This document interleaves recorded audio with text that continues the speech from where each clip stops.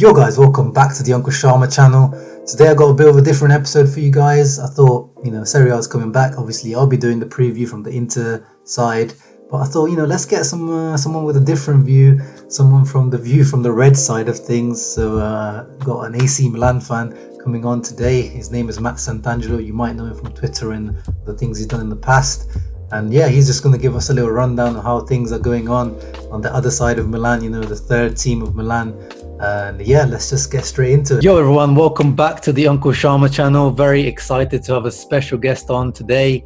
This is none other than Matt Santangelo, all the way from the USA. What's up, Matt? Introduce yourself to the audience. Thanks for having me. Yeah, Matt Santangelo is my name.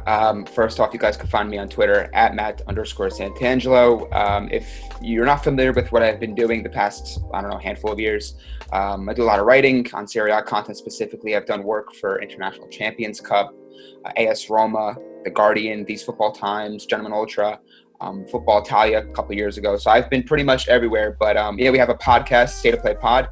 Cover the top 5 leagues in Europe plus Major League Soccer. We're actually up for an award this year at the Football Content Awards, so I'm very excited about that. If you guys want to vote for us or even listen to some of our content first to see if you do want to vote for us, I have all the information in my pinned tweet, so you guys can check it out there. And if you have any questions, please let me know. But yeah, that's pretty much me in a nutshell, and I'm excited to get rolling here.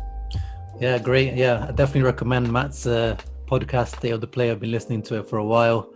He's definitely a good source for Serie A related content, although he supports AC Milan, as you can see from the flag. You got the San Siro backdrop. Honestly, though, the way Inter's been playing this year and just recently, you kind of have like the San Siro on lock. So I can't really take it from you.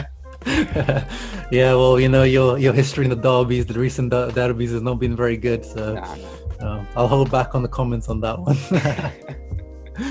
But yeah, let's get straight into it, man. Obviously, I'm excited for the Serie A to be back. I'm excited, to see Antonio Conte's boys back on the pitch, to see this unorganized, crappy league back in play.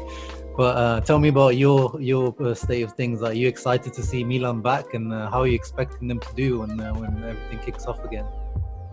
So yeah, I'm definitely excited to to have Milan back in my life. Of course, there's always been that some sort of like guarantee, right? Because I don't do much on the weekends, but when the weekends come around, it's always been calcio or some sort of football, right? Because I think it's the one sport that doesn't really have that much of a break, right? There's always a transfer window. There's always things going on. So having about 3 months of no calcio felt like just this void in my life. So the fact that we're getting it back, even though Milan are, of course, with their Coppa Italia match against Juve being the first one before we get into anything Serie A related, looking to be a difficult one with some suspensions to key players, it's just going to be exciting to watch your team play. And I think, even with the way they left, or the last game, if you will, before the whole stoppage of play against Genoa, which was a defeat at San Siro, an empty San Siro, I'm definitely excited to see the team play. And as far as everything goes with the team itself at this point in time, I think Milan fans right now, with the break, with everything involved, all the rumors surrounding Ralf Rangnick's possible arrival, the transfer rumors, I think a lot of Milan fans are, yes, they're excited to see their team play, just like I am, but I think a lot of them are kind of like in that position where they're just kind of ready to go into the summer window, have the season wrap up. Obviously, if they can win the Coppa Italia, that'd be fantastic, right? Because they'll be in the Europa League. But it's going to be definitely a tall task there. A lot of competition for the Europa League spots as well. So there are some things to play for Milan and some things to focus on if you are a Milan fan. But at the same time, I think a lot of people have kind of already mailed this season in. And it's tough to say that, but I think that's kind of what the perspective and the overall feeling has been, at least from what I read on Twitter. I think everyone's kind of looking for, all right, what's the next season going to look like? The names, the coaches, the management, because there's a lot of moving parts and there's a lot of uncertainty that hasn't been quite solved yet or been made known to fans. So that's what I think the rest of the way is going to look like. Now, look, you're not going to just not support your team, right? You're not going to say, well, I don't really care if they win now, because you want some momentum, right? I think if you could have certain players with things to play for, specifically Lucas Paqueta, who is going to get some opportunity, and from what Stefano Pioli has been saying, what the media has been saying about him, which of course he was also possibly on his way out in January, but he decided to stay, and his future is uncertain. I think he's looking to prove himself at the club, and that's something to keep an eye on. Guys like Hakan Çalhanoğlu, another one. So there are some things to focus on aside from results that I think Milan fans should definitely take interest in. Nice, yeah. No, it's an interesting time with you on Twitter, especially. I try not to pay too much attention to the Twitter sphere. It can be a little bit of a bubble sometimes, but it seems to be same with some Inter fans. Everyone's like kind of, think like third position is pretty much what we're gonna get by the end of the season. But in terms of finishing, like in terms of the position, where do you think you can realistically finish this season? Do you have the squad depth? We have this shortened calendar where there's so many games just bunched up every 3 or 4 days. It's almost like the time when you have those midweek games, it's going to challenge a lot of teams in terms of their squad depth and injuries. That's a tough part, because I think that's been one of the issues that Milan have had for a couple seasons now, right? Is that they have they have some quality players in certain areas, but when it gets to the bench, when it gets to 1 or 2 injuries, can they recover? Can they not skip a beat, right? I think you look at teams like Juve, who have historically, at least in the past decade, have always had that depth, right? They always have like 2 class squads, if you will. Yeah. Obviously Inter have built quite a squad themselves, Lazio too, and Atalanta. So there's a lot of competition there. And Milan have some players on their bench in terms of like their backup guys, those like 12th, 13th, 14th type players in the squad to do some things. But it's going to be interesting to see the first game back how certain players are fit, right? We saw what happened with Bundesliga, where even the guys like Jadon Sancho, as he's a kid, he came back the first 3 games, he was on the bench. So a lot of these players aren't going to be fit. That's going to be a really big focus, and ultimately how that affects certain performances, right? I think we always look at how tactically focused Serie A can be, and how, obviously the defensive element and how a lot of these kind of factors come into play. That's going to be the biggest focus. But, looking at Milan's squad as a whole, I do think they can do some things down the stretch here. I think there's some players that maybe haven't been used all that much. And I also do think there's also the possibility that maybe this opens the door for some of the Primavera players to come in. Brescianini's being one of them. Of course, Daniele Maldini. So those 2 players, I think when you look at how this season has gone, it's been so long. There's been a lot of stop and go, of course, with the delay in the middle of the season. And there's still a lot of games left to play. And of course, you have some players who've already logged quite a bit of minutes.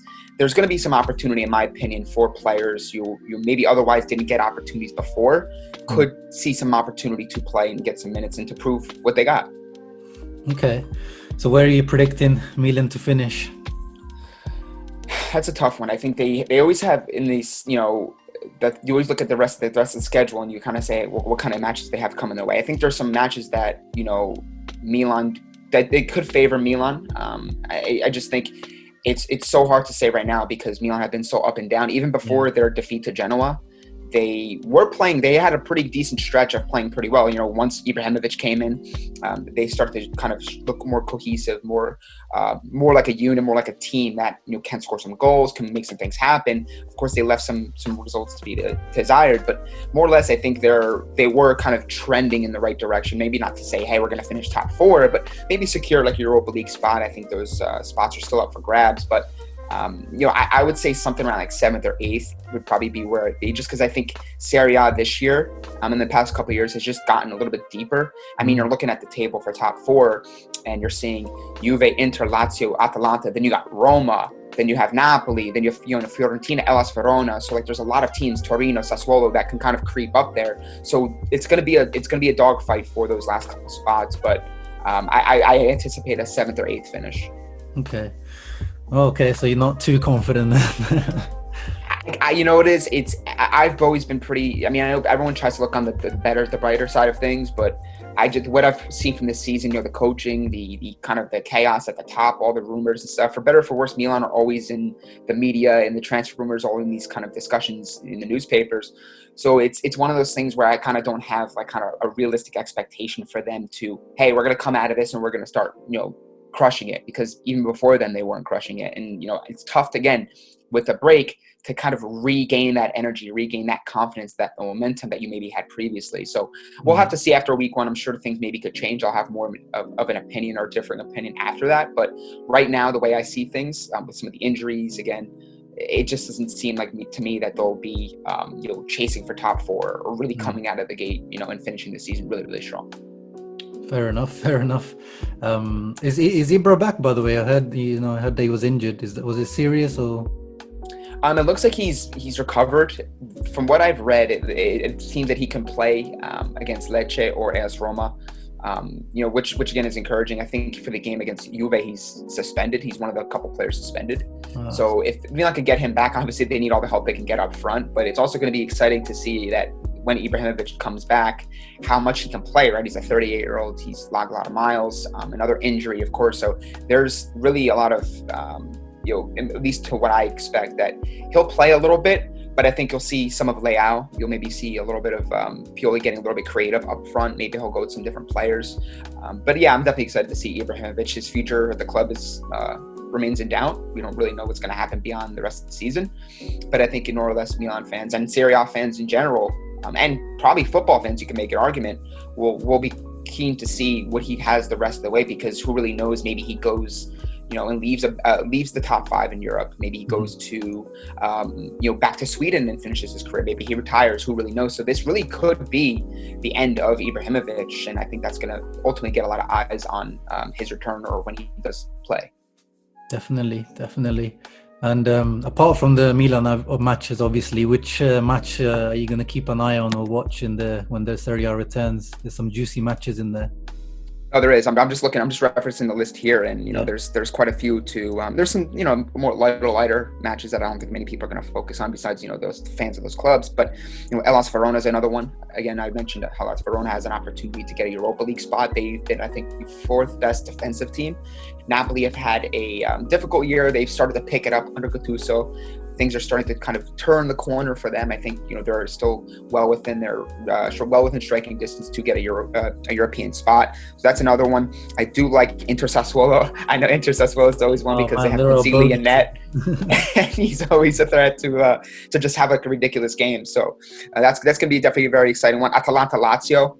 Massive one, not only for the top 4 shape, but for the title, right? I think Lazio are still one of those teams that maybe some people have forgotten about, between it being Juventus and Inter, but Lazio have been right there the entire season. So there's 3 or 4 games off the top that I think most people are going to tune into. But I think if you look at the entire slate and the way that Serie A has been the past handful of years, there's a lot of upsets, a lot of goals, and against popular belief, from what anyone outside Italy says, this league is more than just being defensive. So there's definitely a lot of excitement in this fixture list, and the rest of the way should be following that. Yeah, definitely. Your last point is definitely right. People have this stereotype about the Italian league, but I think I saw a stat where it said, the Serie A on average this season has had more goals than the Premier League. So, And even teams like Atalanta, right? Teams like Atalanta have been scoring, in terms of the top 5, they've been, I think, the 3rd highest scoring team against maybe like Liverpool, City, PSG. So like they're a team to watch too. So there's a lot to look forward to this first week. And I'm of course, very excited to at least have Calcio back. Yeah. Well, talking about goals, I saw a stat that Milan are 15th in the league position in terms of goals scored, which I wasn't expecting it to be that low. What do you think that is mainly attributed to, that lack of goals? There's a lot of things contributed to that. I know a lot of people have been pointing fingers at the strikers. I know Piontek, who's a player I liked even when he was at Genoa. I think he was doing a pretty good job. The first couple months at Milan, he was pretty solid as well. I just think it was one of those things where it's very frustrating, very difficult for certain strikers if they're not getting the service to keep momentum, right? It's a confidence thing. It's a mental game that you play, right? If you're a striker and you're not scoring goals, you feel like you're maybe not doing your part, right? And of course, when you're not winning as a team, that also kind of plays into it. You're the main man and you're wearing the number 9 shirt. So I think there's a culmination of factors, a culmination of things that have led to Milan being so devoid of attacking talent, or not attacking talent, but offense in general. And you look at their squad too. Like they're a team that does have some players. Like you do have some Castillejo, Suso, before he went to Sevilla. So you look at the entire squad and you're like, how is this team 15th in scoring? And I think it's a system error. That is a result of the system that hasn't been quite solidified and ironed out. So I think that's why Milan fans are so hopeful that a guy like Ralf Rangnick can come in, completely change the way they play, the fast pace, the emphasis on passing, all those sorts of things, to get Milan to be a team that can score goals, that strikes fear into the eyes of the opponent. And being 15th ranked in Serie A behind certain clubs is pretty appalling when you actually look at some of the teams that have outscored them. And you even put it, I've always kind of leaned on this stat, and I've kind of kept eyes on this the entire season, is will Immobile outscore Milan? Right? Because I think Immobile has something like 27, 28 goals, and he's chasing the goal scoring record from Gonzalo Higuain, and Milan only have as a team like 26, I think 26, 27 maybe, wow. If that. So yeah, it's going to be crazy to see that if he outscores Milan by himself, that'll be pretty embarrassing. But yeah, it's just been a bunch of different things. The midfield needs some help in the market. There's been talk about Ismail Benacer maybe going to his team like City or PSG. They definitely do need to keep him, but it's just a quality thing. I think, as an Inter fan, you can probably attest to this too. Like recently, before Spalletti came in, before you had Conte, and before you had all these players in the midfield, when you look at the team, you're like, these guys aren't like, they're probably pretty decent players in certain squads, but they're not the types of players that are going to move Inter, over the edge and move them back to where they need to be. And I think that's kind of Milan are in their Inter period where they got to get the coach, and if they get the coach, they get the system. Certain players can be meshing there, and then eventually you could get the quality of players that you need. But they're kind of in that little transition where they kind of need to get over the edge and start forming a team that is of great quality. So I think that's it's kind of tough to pinpoint on one specific player, but I think it's a system thing and it's a quality thing that they haven't had in quite a while.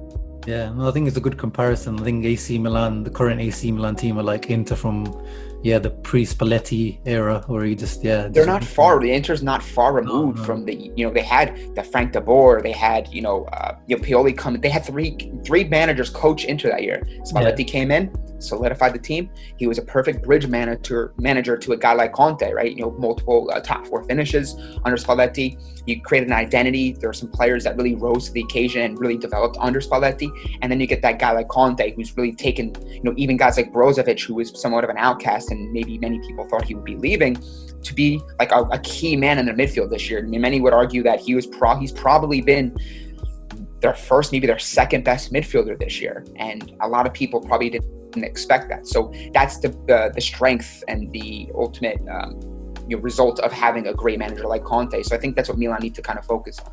Definitely. And just on the last question to you, man, before we let you go, how do you feel? Like, we were excited about the Serie A coming back, but it's taken a while. There was so many different things coming out. They were coming back, it's not coming back. The Italian government changing their minds. And how do you feel compared to, how the Bundesliga came back, or like Premier League is coming back? How do you feel like the Serie A or the FIGC handled this whole situation? I feel like they did a pretty decent job. I know there's going to be a lot of people because Italy was hit really, really hard, and I know many other countries were, and many other regions were, but Italy, with the focus being on Bergamo, Italy was hit very hard, and I think the death toll, the cases, it was really high, and I think a lot of people were saying, and they always thought to themselves, like, do we really need football? Like, there's more pressing matters for football. But I think if you look, and then that was a lot of people. That was kind of what I was reading from a lot of people in the U.S. And I think the perspective and the mindset changes from people who maybe live in those cities in Milan, or no, not in Milan, but in Italy, where that's their livelihood. That's their, like, they wake up and they breathe, eat, sleep, and breathe this sport. And it's something that unifies a lot of people. So the way I looked at and the way I observed it was more than, okay, well, it's just a sport. For a lot of people there, it's something that, hey, if I'm going to be stuck inside and I'm going to be abiding by the rules, if I can have calcio, even if I'm not in attendance, like, it's something to take my mind off what's going on. It's something for people to kind of get behind and get unified with. So I think Italy, they had a really difficult job in terms of handling it, the federation, the league, and just the country in general. I think they did a pretty decent job, all things considered. Now, look, we'll have to see how it shapes up in the first match day, right? If we see certain things, and they've even made mention to it that if there's a positive case, then that can really ultimately throw a wrench into the plans for finishing the entire season. So we'll have to see. I think week one, match day one, is going to be the ultimate focus here, is that if they pass with flying colors, no positive cases, everything kind of goes and looks smoothly from the spectators' position, I do think that that'll help people kind of ease up on them and maybe give them a little bit more credit than what they probably previously have. No, yeah, I agree. I think, it was a very difficult situation.